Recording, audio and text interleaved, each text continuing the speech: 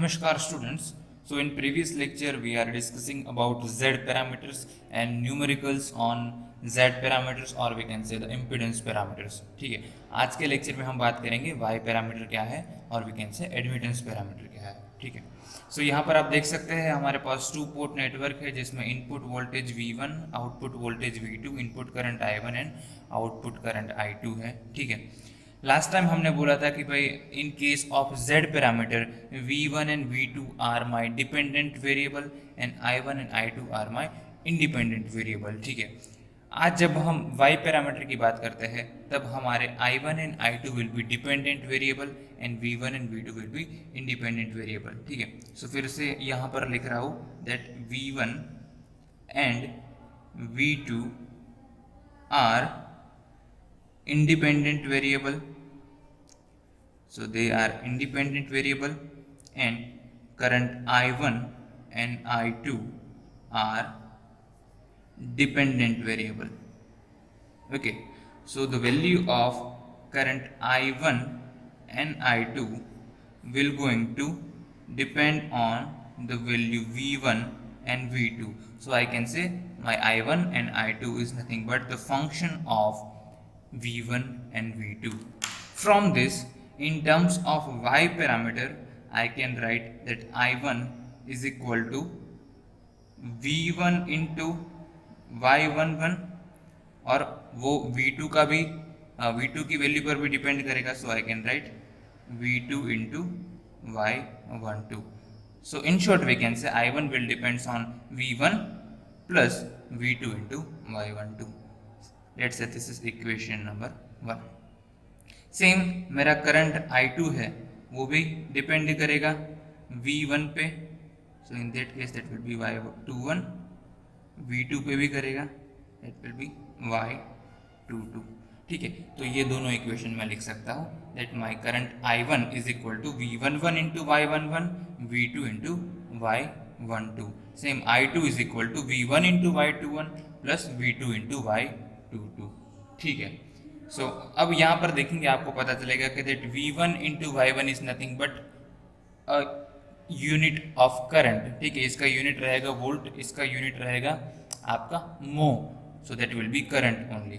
Okay, तो अब यहाँ पर हमें फाइंड करना है हमारे Y पैरामीटर क्या है. इससे पहले मैं आपको बता दूँ, इसको अगर मुझे मैट्रिक्स के फॉर्म में लिखना होता इन दोनों इक्वेशन को तो मैं लिखूंगा I1 I2 is equal to some matrix and here it will be my independent variable V1 V2 और यहाँ पर क्या आएगा it will be Y11 Y12 Y21 and Y22.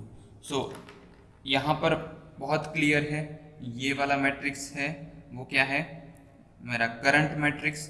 ये वाला मैट्रिक्स है वो क्या है we can say admittance matrix. Okay, और इसको मैं बोल सकता हूँ दैट वाई पैरामीटर मैट्रिक्स और एडमिटेंस पैरामीटर मैट्रिक्स. ठीक है, सो इसको हम डिनोट करते हैं कैपिटल वाई से क्योंकि वाई स्टैंड्स फॉर एडमिटेंस. ठीक है, और यहाँ पर हमारा वोल्टेज का मैट्रिक्स. ओके, सो इसको हम शॉर्ट में लिख सकते हैं that matrix I is nothing but matrix Y multiply by matrix V. Okay, अब यहाँ पर हमें फाइंड करनी है Y11, Y12, Y21 and Y22 की वैल्यू. ठीक है, तो लास्ट Z पैरामीटर में हमने किया था क्या कर रहे थे हम एक टर्मिनल है एक पोर्ट है उसको हम ओपन सर्किटेड कर रहे थे और उसके रिस्पेक्ट में दूसरे वेरिएबल्स की वैल्यू फाइंड करते थे. ठीक है, यहाँ पर Y पैरामीटर को शॉर्ट सर्किट पैरामीटर भी कहते हैं. Short circuit parameter. सो हमने देखा था Z पैरामीटर को क्या कहते हैं ओपन सर्किट पैरामीटर, तो Y पैरामीटर को क्या कहते हैं शॉर्ट सर्किट पैरामीटर. क्यों? क्योंकि हम जब Y11, Y12, Y21 and Y22 की वैल्यू फाइंड करने जाते हैं तब हम एक टर्मिनल को शॉर्ट करते हैं और उसके कोरिलेट दूसरे वेरिएबल से उसकी वैल्यू फाइंड करते हैं. लेट्स से यहाँ पर हम आउटपुट टर्मिनल को शॉर्ट करेंगे, उस केस में मेरे V2 की वैल्यू क्या हो जाएगी 0. ठीक है, तो V2 इज इक्वल टू 0 अगर मैं इस वाले फर्स्ट इक्वेशन में रखूंगा तो ये टर्म 0 हो जाएगा और दूसरे इक्वेशन में रखूंगा तो ये टर्म 0 हो जाएगा.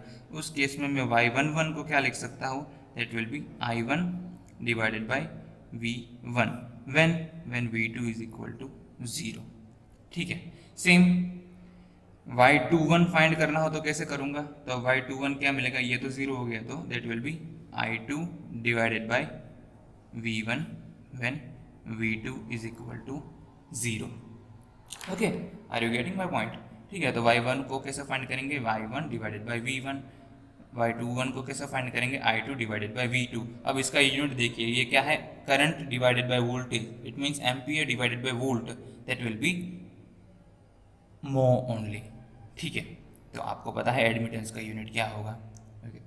अब इसको हम क्या बोलेंगे, तो लास्ट हमने बोला था that will B input, sorry the open circuit, तो यहाँ पर क्या आएगा, अब शॉर्ट सर्किट पैरामीटर, क्योंकि यहाँ पर हम क्या कर रहे हैं, आउटपुट टर्मिनल को शॉर्ट कर रहे हैं, तो short circuit driving point, short circuit driving point input impedance, और not impedance, that will be admittance.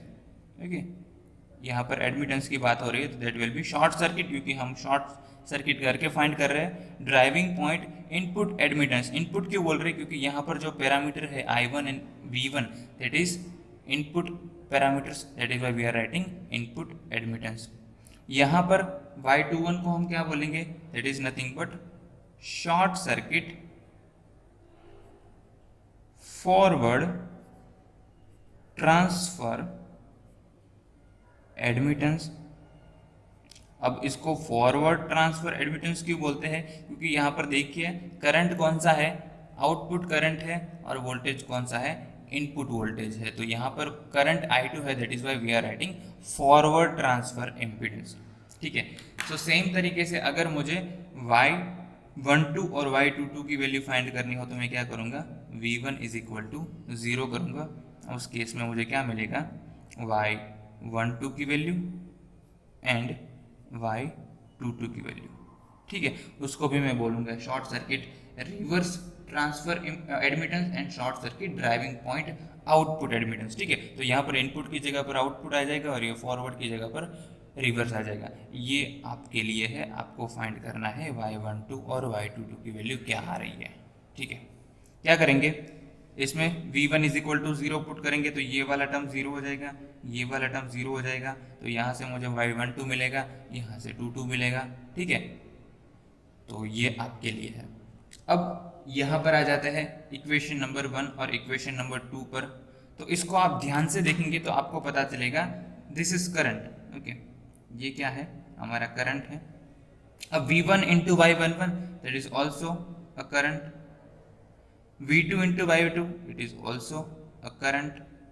Okay, so we can say this is nothing but a application of Kirchhoff current law, that incoming current is equal to outgoing current, the sum of outgoing current। ठीक है, तो इसको हम अभी equivalent network, जो हमारा ये parameter का नेटवर्क है, 2 पोर्ट नेटवर्क, इसको हम इक्विवेलेंट y पैरामीटर्स के नेटवर्क ड्रॉ करना चाहते हैं। ठीक है, तो यहाँ पर ध्यान दीजिए हम कैसे करते हैं। So input current is equal to outgoing current, और हमें पता है टर्मिनल वोल्टेज इनपुट का क्या है, V1। सो लेट्स से हमारा टर्मिनल वोल्टेज है वो है प्लस और माइनस V1। ठीक है, पहले मैं ड्रॉ कर लेता हूँ, बाद में आपको एक्सप्लेन करूँगा।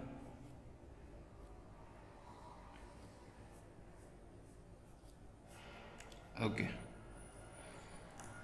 तो यहाँ पर देखिए हमारे पास इक्वेशन क्या है, I1 is equal to V1 y11 plus V2 y12। इसका मतलब इनपुट करंट, तो ये टर्मिनल की, सॉरी ये नोड की बात करें, यहाँ पर इनपुट करंट की वैल्यू है वो है I1। ठीक है, सो इनपुट करंट I1 हो गया, आउटपुट करंट क्या है, V1 इंटू y11। ठीक है, तो ये वोल्टेज अक्रॉस, अब ये एलिमेंट के अक्रॉस वोल्टेज कितना है, V1, और ये करंट हमें चाहिए, तो क्या करेंगे, V1 इंटू ये वाला जो कंपोनेंट है वो क्या आएगा, y11। ठीक है, तो इस ब्रांच में करंट कितना हुआ, that will B V1 into y11, तो ये वाला हो गया। अब क्या है, V2 into y12, this is nothing but our dependent current source. ठीक है, और ये करंट सोर्स की वैल्यू किस पे डिपेंड कर रही है, वोल्टेज V2 पे। ओके, सो ये वाला नेटवर्क भी मैं ड्रॉ कर देता हूँ आपके लिए। सो यहाँ पर भी कुछ ऐसा कुछ रहेगा, अभी समझने की ट्राई मत कीजिए, लेकिन यहाँ पर मैं आपको सिर्फ बताना चाहता हूँ कि ये वाला जो डिपेंडेंट करंट सोर्स है इसकी वैल्यू डिपेंड करेगी दिस V2 पे, ठीक है। That is why this we can write this is a current source, dependent current source, जिसकी वैल्यू रहेगी V2 इंटू Y12, ठीक है। तो इसकी वैल्यू डिपेंड करेगी V2 पे, इसकी जो वैल्यू रहेगी उसी की वजह से ये वेरी करेगा, ठीक है। तो ये हो गया हमारा फर्स्ट इक्वेशन का इक्विवेलेंट नेटवर्क। अब बात करते हैं सेकेंड नेटवर्क के बारे में। तो सेकेंड इक्वेशन हमारा है I2 करंट है, तो अब इस वाले नोड है, तो यहाँ पर हम KCL अप्लाई करेंगे, तो इनपुट करंट हमारा इस बार है I2, आउटपुट करंट है V1 इंटू Y21। इसका मतलब ये V1 इंटू Y21 क्या हो गया हमारा डिपेंडेंट करंट सोर्स, तो ये डिपेंडेंट करंट सोर्स हो गया। इसकी वैल्यू किस पे डिपेंड करेंगी, वोल्टेज V1 पे, तो V1 इंटू Y21, ठीक है। तो ये करंट की वैल्यू मिल गई। अब यहाँ पर इस ब्रांच में से जो करंट फ्लो करेगा वो क्या रहेगा, V2 इंटू Y22। इसका मतलब V2 तो इसके अक्रॉस वोल्टेज है ही, इस एलिमेंट की वैल्यू क्या रहेगी, Y22। तो हमारा Y पैरामीटर का इक्विवेलेंट नेटवर्क कुछ ऐसा बनेगा, ठीक है। सो आई होप यू अंडरस्टैंड कि हम कैसे उसको बना सकते हैं। तो ये आपके लिए होमवर्क में रहेंगे कि Y12 और Y22 की वैल्यू हम कैसे फाइंड करते हैं। अल्दो मैंने आपको बता दिया है कि वो वैल्यूज़ क्या आएगी, सिर्फ इसको आपको ज़ीरो करना है और Y12 और Y22 को लिखना है, ठीक है। अब उसको क्या बोलते हैं वो भी अब मैंने आपको बता दिया। एक में आपको रिवर्स ट्रांसफ़र एडमिटेंस दिखेगा और एक में आपको क्या दिखेगा, ड्राइविंग पॉइंट आउटपुट एडमिटेंस दिखेगा, ठीक है। So this is all about today's lecture. जब नेक्स्ट लेक्चर में मिलेंगे Y पैरामीटर्स के एग्जाम्पल है उसको सॉल्व करेंगे। Thank you so much. See you guys next time.